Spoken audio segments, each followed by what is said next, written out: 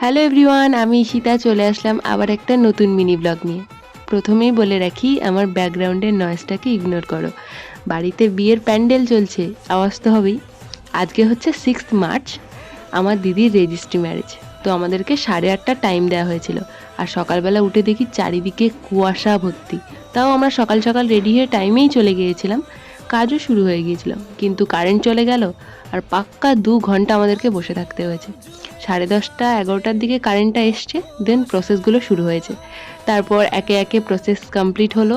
দেন ওরা আজ থেকে ফাইনালি ওরা আজ থেকে বিবাহিত। তো কংগ্রাচুলেশনস। আর 3 দিন পরে যেহেতু বিয়ে, সেই জন্য রেজিস্ট্রিটা খুব ছোট করেই করা হয়েছে। বাড়ি থেকে আমি, মামা আর দিদি গেছিলাম, আর দাদার বাড়ি থেকে দাদার দুটো বন্ধুই এসেছিলো। আর 3 দিন পরে যেহেতু ফাইনালি ওদের বড় করে সামাজিক বিয়ে, তো পরপর আমার পেজে ভিডিওগুলো আসবে, ব্লগগুলো আসবে, তোমরা দেখতে থাকো। আমরা অনেক সকালে বেরিয়েছিলাম, কিছুই খেয়ে যায়নি, সেই জন্যে বিয়ের পর আমরা চলে আসলাম একটা দোকানে। দেন পরোটা, মিষ্টি সব খাওয়া দাওয়া হলো, আর তারপর চলে আসলাম বাড়িতে। আর এসে দেখি অর্ধেক বিয়ের প্যান্ডেল কমপ্লিট হয়ে গেছে, আরও অনেক এক্সাইটমেন্ট বাকি আছে। তারা